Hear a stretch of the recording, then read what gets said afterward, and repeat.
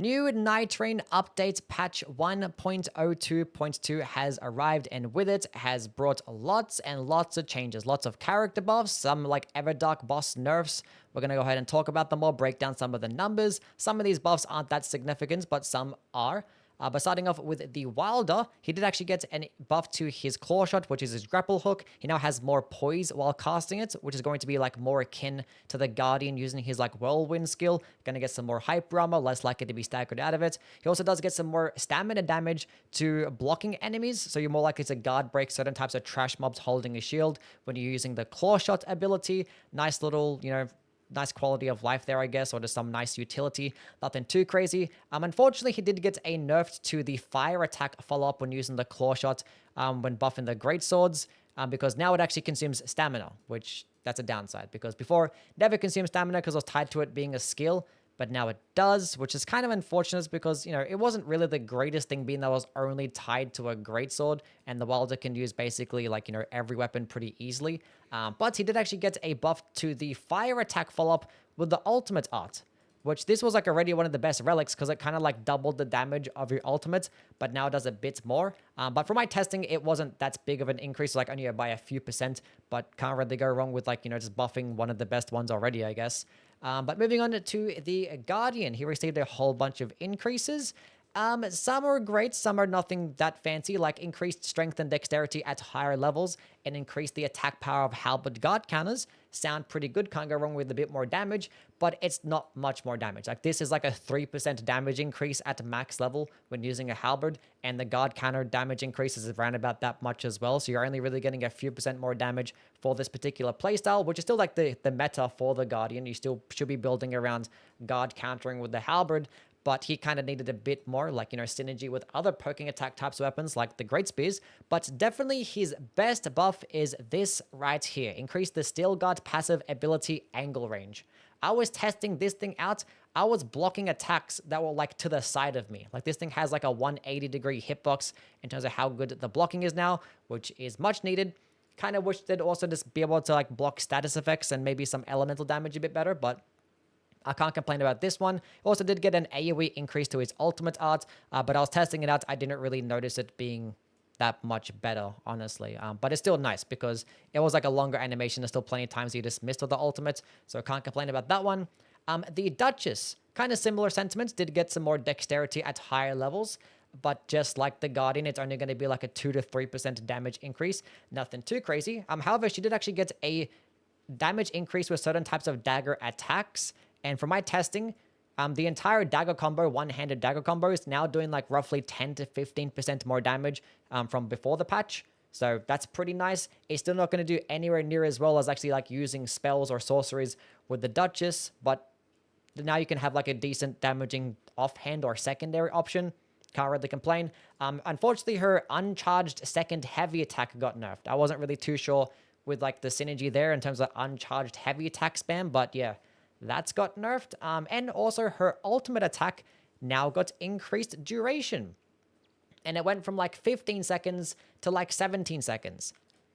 Yeah, moving on. The Raider also has increased Great Axe and Great Hammer stagger potential. I'm not sure if that means stance damage or just micro staggering.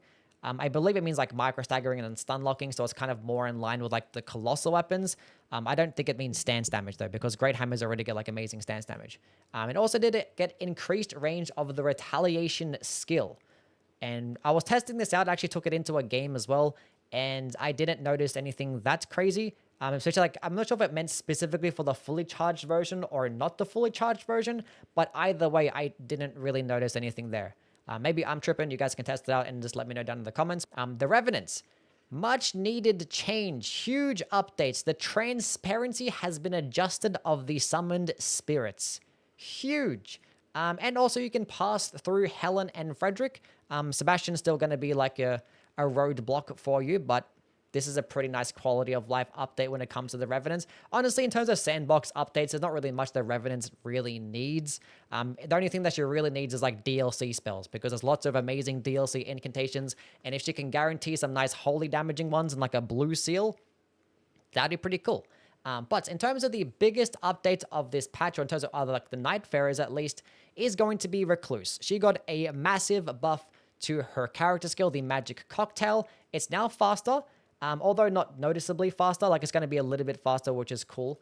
But it's still going to be a long animation for most people's standards. However, the damage increase is very, very noticeable. From my testing, from like the damage that I had recorded from before the patch, it's roughly around about a 40% damage increase, probably even more than a 40% damage increase for a lot of these Magic Cocktail combinations. Like, it's honestly impressive and amazing as to how they've all been buffed. Now, is it going to be better than like Shattering Crystal spam?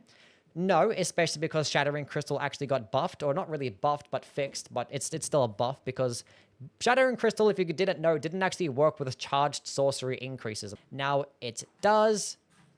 There it was, I saw it. There she is. She also did receive another buff specifically to one of her relic abilities, the one that gives you an increase to your maximum HP when using the ultimate. Now before the patch, it actually was a 30% HP increase. Now it's a 50% HP increase, and it still does last the 30 seconds, but now it actually can last indefinitely if you do have that maximum HP. Like that extra bit of HP that you have, that's still going to stay there forever until you actually go ahead and lower yourself below your normal max HP threshold, if that makes sense. Hopefully it does.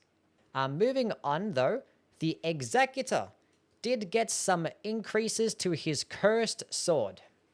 And thankfully, they're actually pretty decent. Before the patch, the Cursed Sword used to do just as much damage, actually less damage than like a blue katana in some cases, definitely less than a purple one, but now it actually gets in line of damage with like purple katanas like a Moonbell katana, which is kind of like, around about a 20% damage increase, and it also got an increase to the skill. Now it says like increase the attack power of the Cursed Sword skill when the skill is in use and the blade is in its unleashed state, but the damage difference between when you had the buff and when you don't have the buff was still the exact same. So I'm not sure exactly what they mean by this wording, but I was testing it out. The damage difference when it was gold and when it wasn't gold was the exact same. However, the skill itself was doing a lot more damage. I think I have my damage difference numbers. It's around about a 40% damage increase. So yeah, that skill is doing a lot more damage. And as well, that's going to stack with the Cursed Sword Relic ability. So if you have that Cursed Sword increase on the Relic, it's actually going to outdamage the purple katanas. However, it's still not going to do status effects. And with how powerful things like Seppuku builds are, and just Frost-based builds and Poison and all that stuff, with his S-scaling and Arcane, I'm probably still not going to want to use it. But the utility of the Cursed Sword is still decent when fighting certain types of enemies that are pretty weak to like the deflecting playstyle. So like, Banished Knights or any type of smaller enemies that attack really quickly. It's nice. It's a nice change. And it also is going to be a damage increase to his ultimate, which was, I guess it's great because it already is like the hardest hitting ultimate in the entire game. Anyway, random weapon adjustments increase the stagger damage when dual wielding jumping attacks for some small and medium weapons. So I'm assuming this means it's like regular micro staggering. Otherwise, it would have said poise damage or stance damage. So you can stagger enemies better, but with the smaller weapons, but with larger weapons, it's going to be less stagger damage. I don't think it means stance damage or poise damage, because otherwise it would have specified. I think that this means staggering the enemy, which is like those micro staggers. And so, yeah, it's kind of a nerf to the Raider, and being that the other buffs that he received weren't anything that crazy. Yeah, that's kind of unfortunate. Increased the potency of the death status effect applied to the Eclipse Shuttle, which, is cool. It's only really going to be useful in the EVERDARK Libra fight. But as we'll get into the EVERDARK Libra fight changes, they actually did make the NPCs more susceptible to Deathblight. So that's a pretty cool change right there. Set a cap on the cumulative effects of the Power of Vengeance and Power of House Mariah's passive effects and adjusted their potency accordingly. Now, I haven't tested this out, obviously, but you can no longer make one-shotting builds with the Mariah Sword and the Grafted Blade Greatsword. I'm not sure what the cap is. We'll get there eventually. I'll probably update you guys maybe in the comment sections if I end up finding it in a game and testing it out, but they're not going to be as good. Adjusted the stagger effect of the guard counters trigger Holy Birth passive to ensure that it doesn't reset enemy posture break state. This is amazing. This is another buff to the Guardian because every single time that you get a guard counter into the Holy Explosion, sometimes it can cancel the critical attack because it staggered them again. That's a nice little quality of life change right there. Relic adjustments, already talked about these few.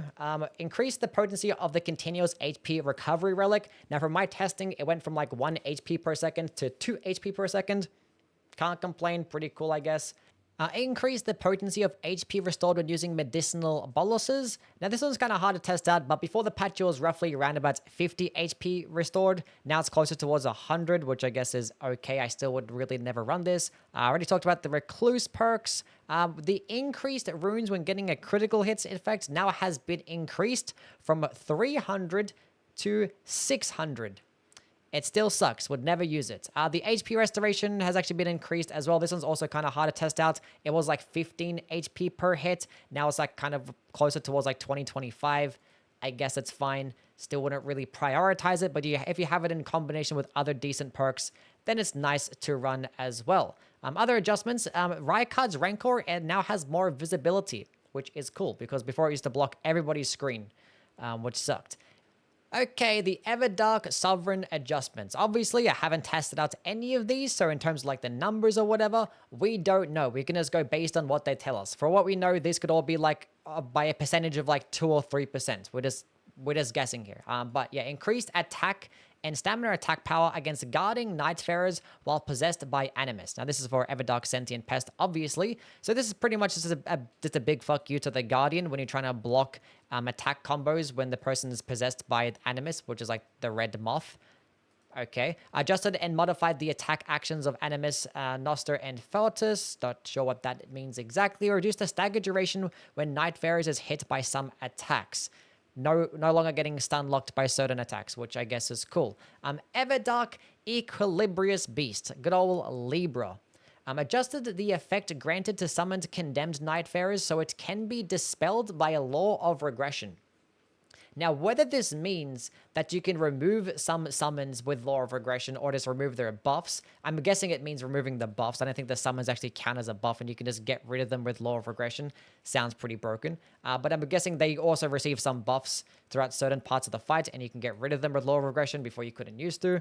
That's what I'm assuming. Increase the enhancements granted by the light dropped by defeating condemned Nightfarers. So when you defeated one of the NPCs, they dropped this like yellow ball, and when you picked it up, it just healed all your madness effect and gave you a bunch of health. I'm guessing this is now going to get like a more of a health increase. Maybe it just heals your HP to full. Reduce the attack power of the condemned Guardian. I'm assuming it's going to mean all of them. Remove the effects that increase damage negation upon resummoning condemned. But this one is actually probably the biggest one because obviously when he's in that animation, he's like very vulnerable to like a lot of hits, and now he no longer is going to get like a damage negation increase. Reduce the death status effects. We talked about this earlier, so now they're more vulnerable to death blight. Adjusted the reaction of condemned Nightfarers to players' characters' ranged attacks. I don't know what that means, but I'm guessing that means that they're not going to really input read as many projectile attacks and they're just going to face tank it. So that's going to be like I guess it was kind of necessary being that some characters are very much designed around spamming projectile attacks. So if you're playing with, the Recluse or Revenant, Iron Eye, okay, pretty nice. Adjusted the targeting priority of condemned Nightfarers under specific combat rules. Now, normally, if there are multiple summons that have been, that Libra has summoned, they will fight each other if you have less likely to be targeted activated. So maybe this means that they're going to fight each other by default and you don't need less likely to be targeted. If that's the case, then that's the actual biggest change, because if you didn't have less likely to be targeted, the fight was like 3 times harder. Anyway, moving on. EVERDARK Sovereign Dark Drift Knight. Increase the HP and stamina attack power against guarding Nightfarers for full gore. So just a big fuck you to the Guardian again. Increase the attack power for some attacks. Who knows which ones. Other enemies. Adjusted the reaction to player character range attacks of condemned Nightfarers that appeared during events. So I'm guessing this is the exact same thing. So when you have that tornado events that spawns throughout day 1 or day 2, those NPCs probably less likely to see input read your projectiles. Added a stagger reaction when strong attacks such as ultimate arts hit the red wolf. That's fantastic. Hopefully they can add that towards the Bell-Bearing Hunter too, because the Bell-Bearing Hunter couldn't get staggered by ultimate attacks, and as could the Red Wolf, but now he can. One half of it done. Okay, fix the bug where some of the attacks of the Marionette Soldiers were less likely to hit player characters. This is probably because of like the test dummy and the round table. He was like always missing the player character, so that's pretty funny. Limb build adjustments increase the knight's tie damage after defeating the second knight boss. So you know all those people that after day 2, or at the end of day 2 before going into day 3, they like to explore the storm and go get a bunch of stuff and get more overpowered? Yeah, probably can't do that anymore. Adjusted the spawn locations of sentient pest incursions so they're less likely to occur very far from the player characters. That's fantastic. Love that. Because before, sometimes you have pretty bad sentient pest raid RNG. You had to run from one side of the map to the other. Menu adjustments. The holy attribute icon is now darker, so it's more distinguishable from the lightning attribute icon. Some people complained about that. That's pretty cool. Regarding penalties, adjusted the penalty rate for session disconnections. Disconnecting from sessions due to network issues or quitting a game during a session will result in penalties which may limit multiplayer capabilities. Rejoining the session you left will remove the penalty imposed upon disconnection. I thought that was already in play. Okay. Now it is. There are a whole bunch of bug fixes. I'm not going to read every single one. Some pretty big ones. I think like the Guardian is like, before you could like kill him out of the ultimates. Now the Guardian is not going to get killed out of the ultimates, which seems pretty nice. I already talked about Shattering Crystal now working with charged attack increases.